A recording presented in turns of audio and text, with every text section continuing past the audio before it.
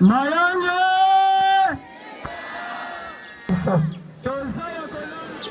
Bonso basukwa luawanu Mazulu mtumu sibuka Mazulu tumu sibuka Lendo inga kya kulumuka Munansiku musu yabua Mukisalu kya lusansu Luansila Kongo Egilusalu kya lusansu Luansila yako ya Kongo Ndumu musu Wazaya kana kwa babo Vantenda nkongolo Toka mvua funda limosi Kama fua makumole yemosi Ngonda yanja Kina kya nsambo ni kina kya nsambo ni Isalu kya batata wambu tulendo Kya tundiswa Watwika mvulu si andi mwafilika ya wandomi Muna zimbemba Inga za zungana Mumatuti Kadi nsilulu zilungane Nsilulu zilungane Nkanda ndombe watombulwa Nkanda ndombe watombulwa Lemfu uwamana wakana Ntumwa Inga wavumuka mungolo Muna ningitila ya kolomuka munsi Mtoto wa Sakama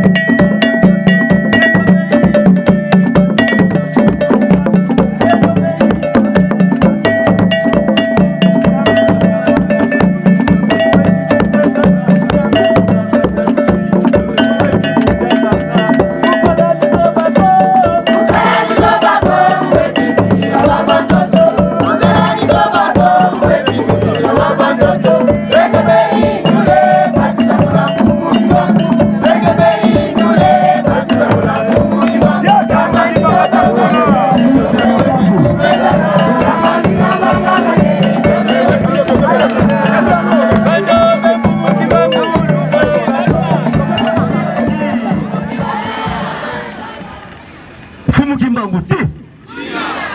Merci. Nanga tumeni luaka. Tuwilu tangulu. Ndenge papa na biso utiko tangela na temi na biso na mukanda ya Lusanzu chapitre 30 du 25e au 28e verset. Bauvo nkanda ndombe tombolo nkanda ndombe kaki eseko lumbu kiaki ilumbu oyo tokolobake eza journée spéciale na bajour nyonso eza na calendrier ya biso ya DKB to calendrier oyo tosalelaka tozomona mokolo oyo mayange. Grâce à le 6 avril, aujourd'hui, la DKB est née.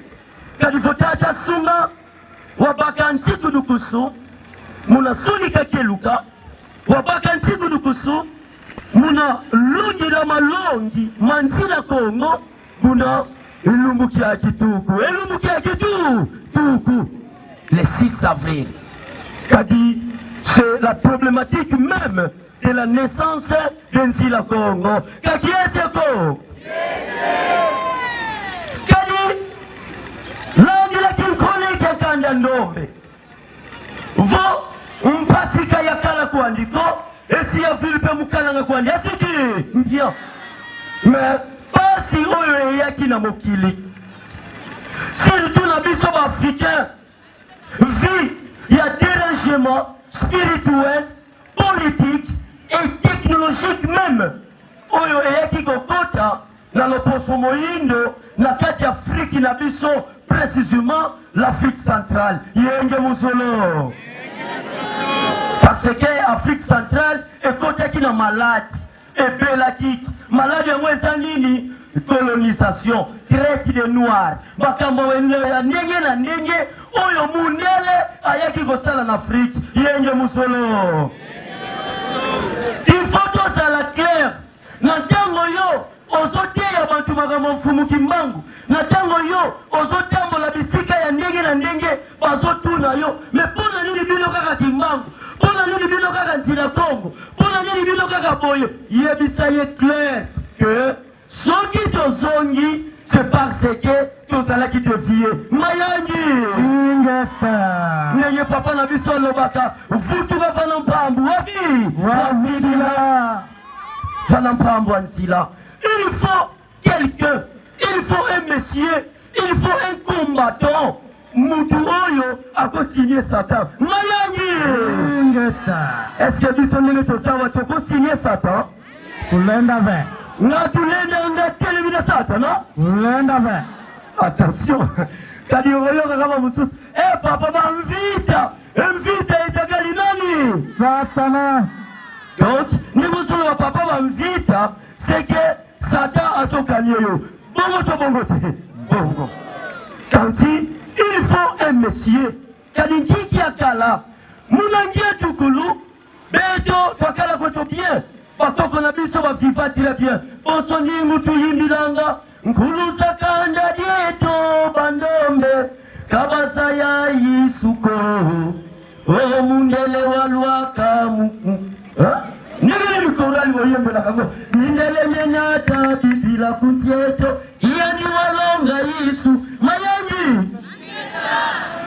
Kwa tuka tuivi, Kadi Mundele Wanata Makumba Munsi, Iani Walonga Bui. Vous évitez ce qui est vrai ou faux. Vrai. C'est très bien. Quand tu vois, Bakoko Wana, Bayeba qui bibliothèque, Bayeba qui mouyibitek, Bayeba qui makambo mabetek, Bayeba qui tate enfani pumutu, Bayeba qui nkulu kiankanda ndombe, Kadibatiati na muna misiko, Yabikwa vo, Nkiku minsi, Evo Nkiku mibambuta. Donc des lois émanant des ancêtres ou des lois émanant des dieux. Mambo matuka musulu, makulu muta, munansi ilu, ya lusanzi, baboki di lafo, tadi dia luwa wanu, libanga oyo, e bandoko koti sa relation, entre les Africains Congo avec notre Dieu à Congo. Yenye musolo. Sikoyo relation ne komi coupé. Nani yako kati yango? Bana banyo kazamba zambal. Quand il faut tout faire le faux Dieu kokao, c'est très léger, trop même. Quand si ibana banyo kazamba zambal. Quand si masali la mutata Dieu kokao. Après avoir cherché le voisin moyen pour atteindre les Indes, baluki banzela puisque bagero tozomona lelo ezana ya lelo te, c'est daté. Oyo tozozonga na 15e siècle vers 1400. Mais notre Dieu est plus propre, très sage. Déjà avant Mundelaya na Maza Congo, ton royaume du Congo, déjà si à la Kisaki depuis 1457, bayaki kolakisa ma vision na ngunza ya lulendo abengamaki na kombo ya nani? Nebwela merci beaucoup. Nebwela mwanda yani wabikula ngisa mindele mtoto myako alobi namoni balakisinga mindele poso mui poso ya pembe baye bayaki kosala nini? Baye pona ko convoitiser lokikozwa ndenge tolobaka uvo bayiza kadiba ubasalila 4 piliers, les grands piliers otozobenga l'exploration izili munetomba basaya l'exploitation uba mwene bayantikili baka bima bien afana et puis la domination munabaka bima bafeti voani la babonsono yakubatula kunsi et barukuzu et en fait l'abomination mayandi voilà les 4 piliers. L'abomination c'est quoi? Il faut que ça la maman momo siplai ça mon aluzinwa ndombe voani ya yinga Olie ça y est biloko moko boyo ezake akufa noki po biso to renier. Quand ça y est là c'est qu'on appelle la charte des impérialismes balobi l'article 5 qui n'a pas divisé pour mieux régner, c'est l'abomination. Alors maintenant, après avoir fait tous les 4 piliers, Monique, Bayadi Dimsiai, quand tu vas continuer la moussière Diego Kao, Buka Kota Kumanza Kongo, Nisi Voania, Basali relation à Bangola Barua, les rois Zingankufu, et les rois Zingankufu, tu peux condamner ou pas? Kalima mumo makiti kudulwa tu kanja kansi yani pe munanwenga zandi wabanzi lavo tika tosa la relation ya partenariat entre les Africains, les Noirs et le Blanc pour amonika mupaya moko ya bien aye tela mundela za mutu stratégie aye nano pana yo akumelo nano babiloko wana babiloko poto biloko boye biloko wana Natango eye omoni aussi vrai mata. Alors yani pe watamudila vo toi sala kwa tomuki toi.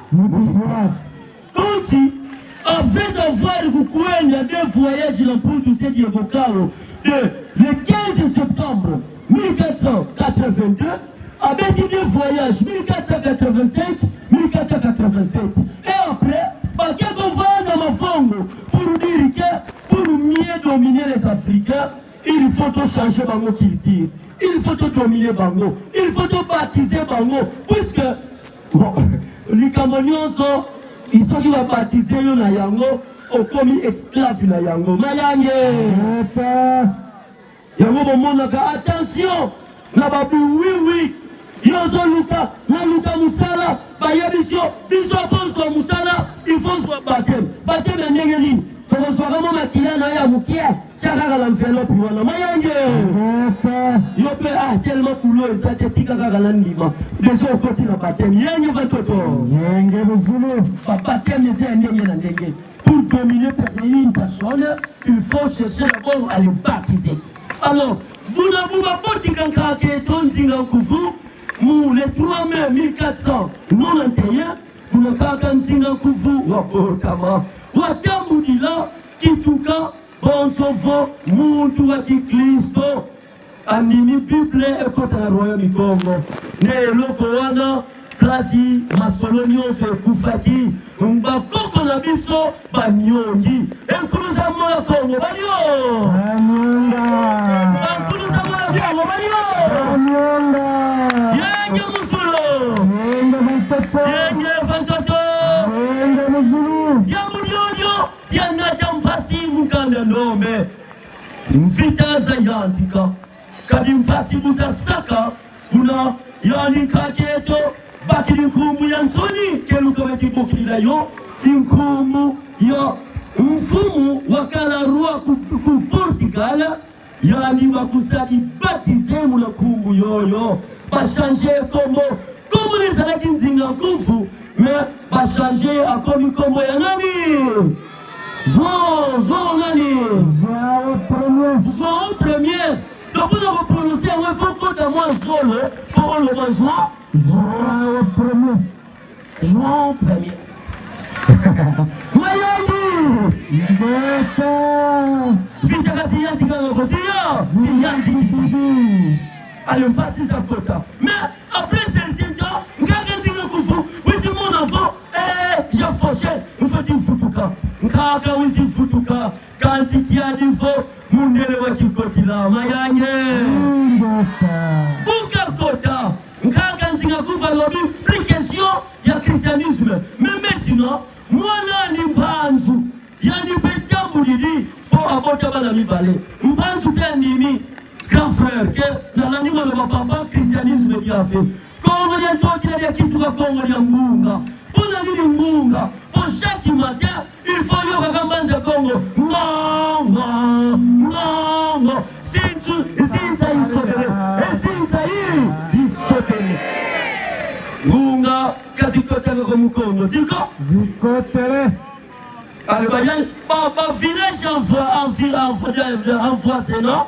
Ba oyo ba kala fa melanga ya Kongo ya totila. Kuna mwanza Kongo. Soki batuni oke wapi? Engiere kuna Kongo ya Munga. Mayangi ngeta.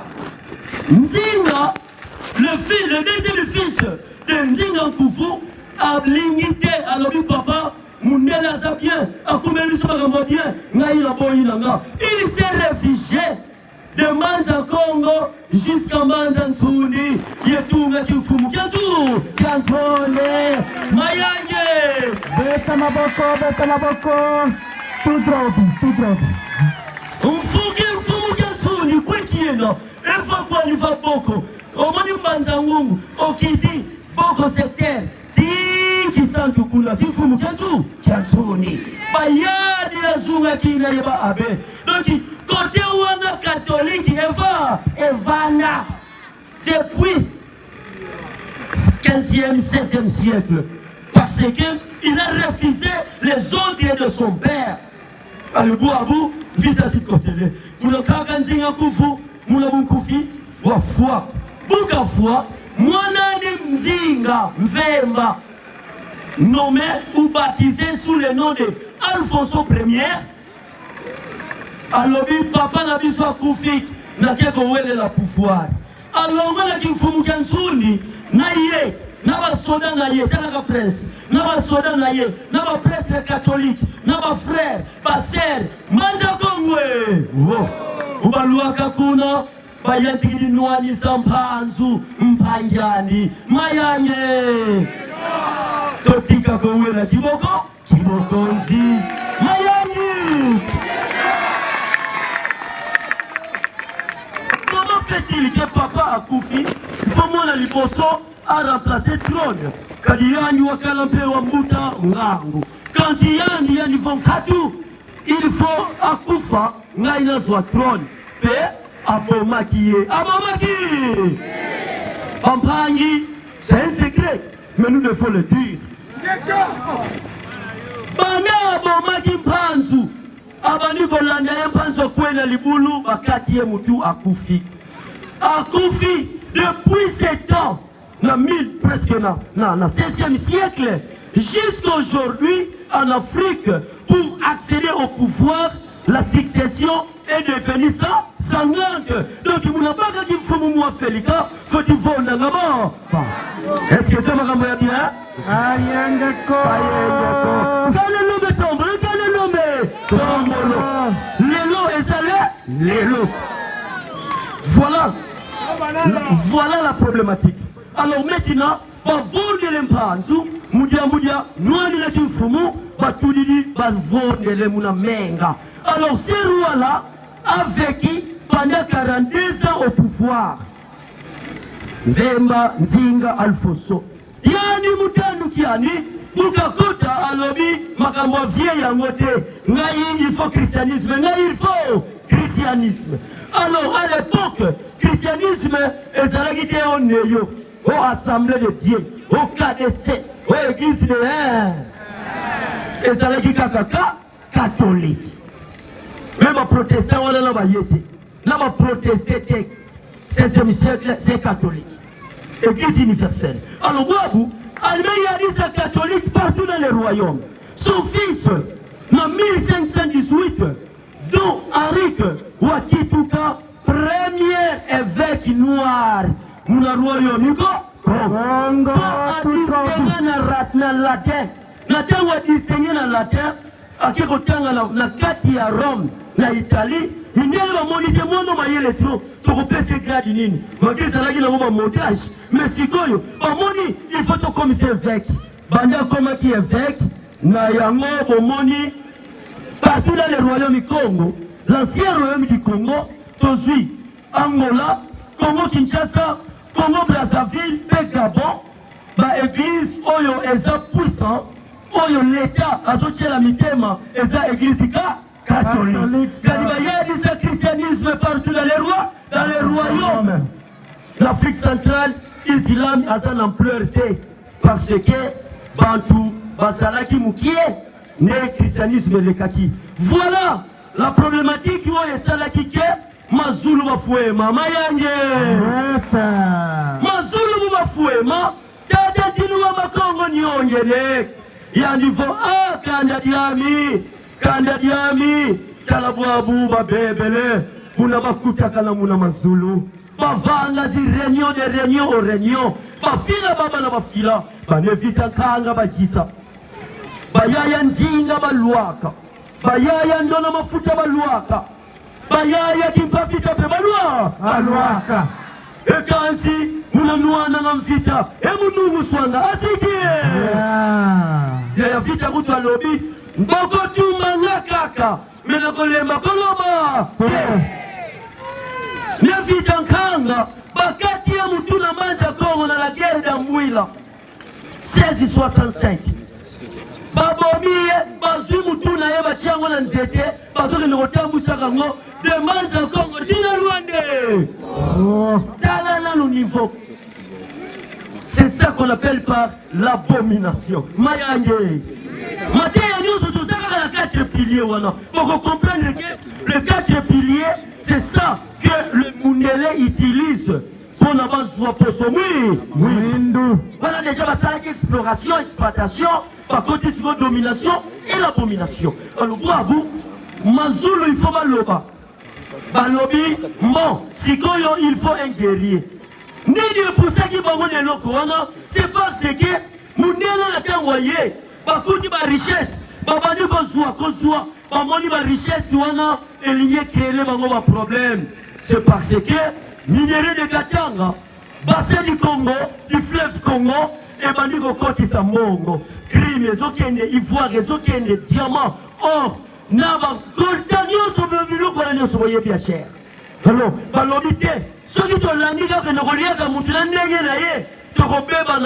alors, un certain monsieur qui n'a pas vu même l'Afrique, qui n'a pas venu même en Afrique, au nom de Otto Bismarck, Animi Kengaï, n'a proposé carte d'Afrique à Kenango, na camarade Naye, Otto Bismarck, à l'Obélier, Otto Bismarck à Ké, na camarade Naye, Oyo, Azalaki Roi, la carte à Berlin, tout président à Berlin, il faut te convoquer comment on appelle ça, la conférence de Berlin. Conférence de Berlin. Mayangi, Koutaka dans ce pays, on passe vont, toi les Kabula fait combien de gâteaux pour que chaque pays puisse manger de son côté sans toutefois déranger les autres.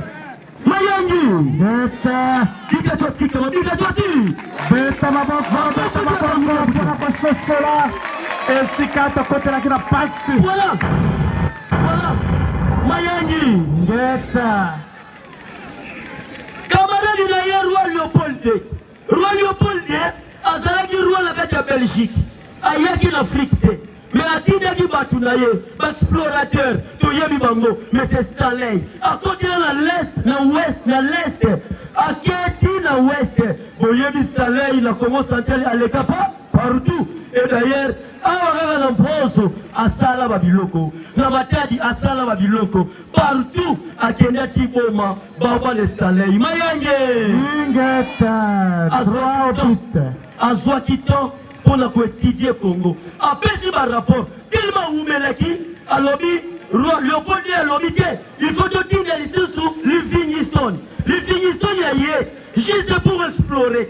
Aïe, pour y Luka Stanley, Bayero Koutana, Wapi, Kuna na Poul, na Vivi, l'ancienne capitale du Congo, première capitale même de la RDC. Mayange, Douba Koutana, Bawizane, Kuna Baoufo, topé sa rapport.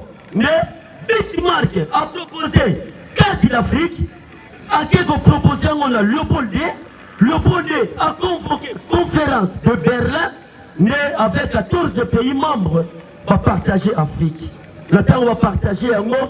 Biso RDC, Tokomi pays, État, Angola, Bakaboli, Batutu, Boyebi Bango, Banani Wana, France, Belgique, Angleterre, Babiloko, Wana Nyoso, Irlande du Nord, Irlande du Sud, États-Unis, Bango Nyoso, Wana Mayange, là-bas Italien.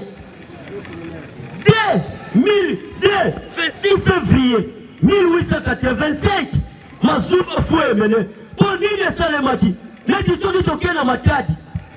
So, et ça la frontière, moi, ça la Matadi. Frontière wana wabenga frontière de Luangu. Soki tokomi wana eza na centre moko akufa wana. Na tango ba partager Afrique. Sikoyo mboka na bango eyeko kuya juste la limite oya frontière. Sikoyo jour akufaki balobi tokokunda ye wapi. Po bando renier simudia soyo Luangu, ye simudia Kimbufu, Mfwansi, tout ça bantongi Angola. Balobi foto kunda ye bache mutu la RDC makolo na Angola. Mayangi Ngeta Kulwana Sakuna azalaki chef médaillé. Mayangi Ngeta Kaka Nundu Nkambu. Mayangi Ngeta. Alors, dans le biloko wana ego créé pour le versement. Mais tatantini wamba munengemfo yikiadi walomba kwa mvangi. Fotata mvangi. S'il vous plaît, si vous pouvez nous aider, alors non mole lubobolovo fotata unsadisa vomulenda kana utufilisi la muntu mpasikiza kakula kanda yano Ndombe mutu nani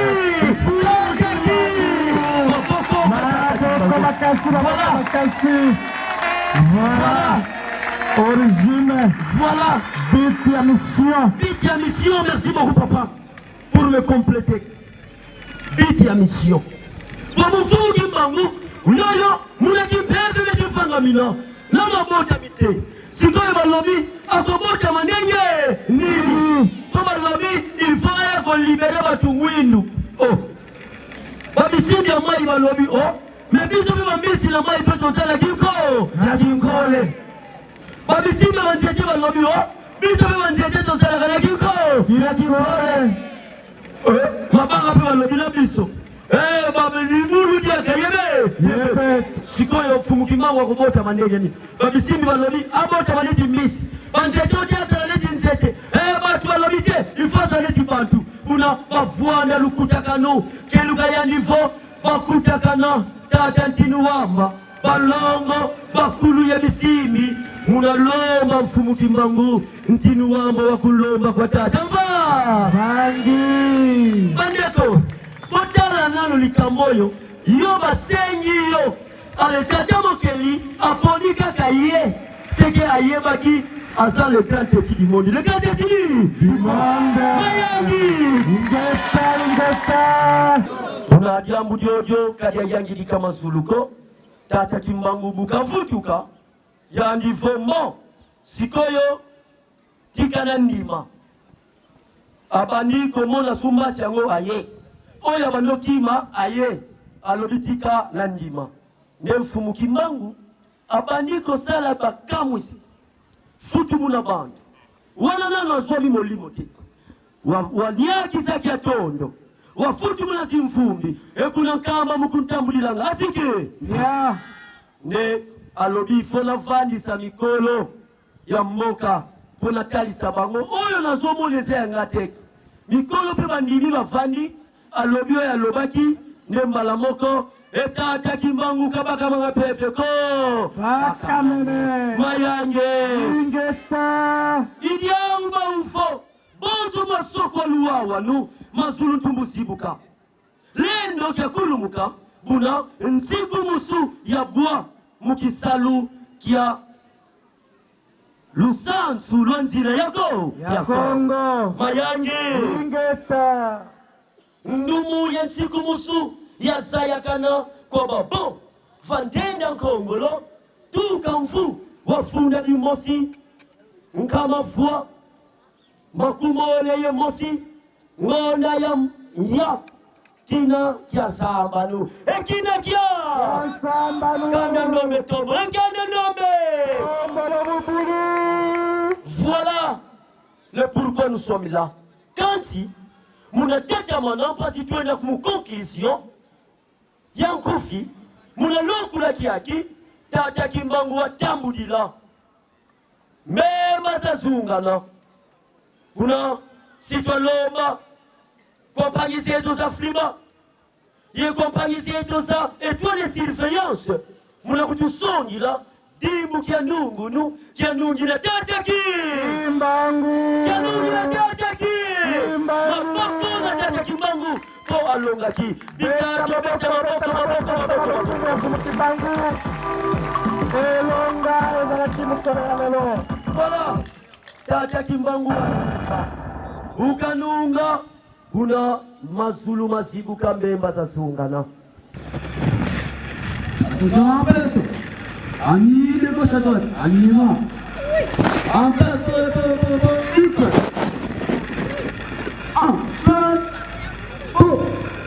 Cadê? Pule, vai e ui. Isola vai.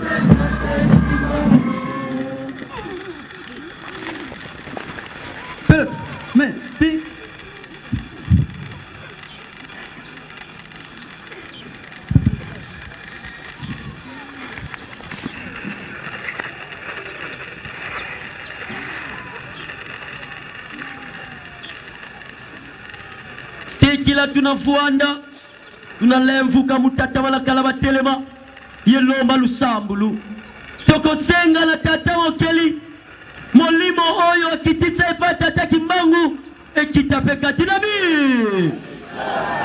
fongola motema na yo papa mama maye oyo tozo luka la dekabe baufo bameni futulanga lendo kia fula mafua Niakisa bimevo, vokisa mababa, yetambula zimfuilu za mpila kama mpila, yadila na teyensi ya Kongo. Unalumbukia kinkanda ndombe tombolo, kedika tunalomba mukintwadi, peto babonsono, mpasivo tata, kakutupanzila, yodio kakubikidi kwa beto. Mayange, tika,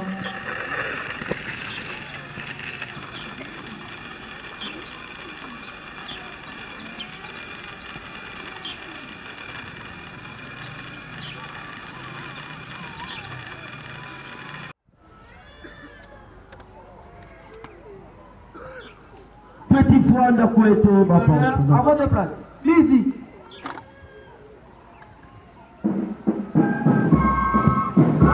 Petit Fuanda kwetu. Ye petit Pundisa. Étoile surveillance. Unafanya kuki ya kuki. Umpasiko fadhaya. Njike dikwenda yetu muna mintu. Bakatuna yo. Na uta kina 6 avril. Balobinini. Voilà notre conclusion.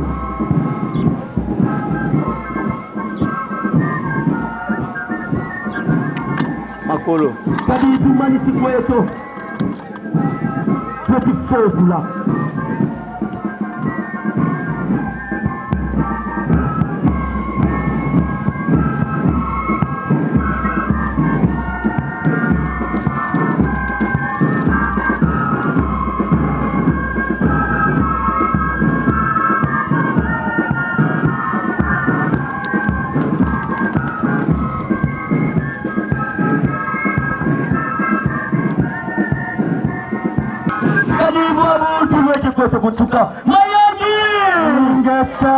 Voici notre conclusion. Baoufo Kimbangu, chapitre 13, du 5e verset seulement. Et vous m'avez Satana, wafira mpaka zazingi kwa mono Kimbangu. Et bonani, watataki. Wafira mpaka ibobo, munene diaka, wakanga diani kangu, kumosie Satana. Voilà, Satan a tchakitende na fumu Kimbangu. Munili lisusu asali en convenance, en connivence, basala sani, beti sala sana ye Satana. Wabu, kwa mono yenge yekesa, ya mudeti kwenda yeto, tikato yeba yete, na tango tonimi, kokota na nzira Kongo, tika ete, tosali Satata Kimbangu, tosali Satata Kimbangu. Contribuons à lui, tosungaye, na makambo oyo bandaki, alobi biso ne foto silisa yango. Bongo to bongo te. Bongo. Toko silisa yango na lolenge. Nini. Na bokabu ni. Na kosala makambo ya mabe. Na koyinana. Na kindoki. Wana kutute. Kadi, vo, tunasali ya mafangu matombe, katulendi nuana ye Satana ko, kadi Satana ya nufana wani kutombe. Kuna qui se ressemble, ça s'assemble. Kiongoloko, beto iminda me tataki. Kimbangu. Loma na sali mwinda tataki Kimbangu, loma yango. Nazali mwinda ya tataki Kimbangu. Kuna, partout toko kende, topelisa mwinda. Totelema na makasi Oto yoki keluke lobi Sata telemela kiye Bongo biso Sata rotika biso Ye plazo luka telemela biso Kasi nura tuna Muleno katatake Mbangu Omvita yizidi Funda katalo Nomba mukedika Ne faut pas se déranger Okobela ba avese pona ba souci ba mvita Mvita mumanisa ngatike Bien Fumu Kimbangu apemaki le 12 octobre. Fumu Tuarani apemaki le 19 février. Yope okopema na mvita oyo timo kologoku okokufa. Yeba au moment où nous sommes encore en vie, vous n'avez pas dit nous en vie. Vita mpoloso. On se voit si le gars. Si toi nous en vita y toi si loi. Si toi lena. Ngeta. Si toi nous nga. Ngeta. Kuna mungono sa kaka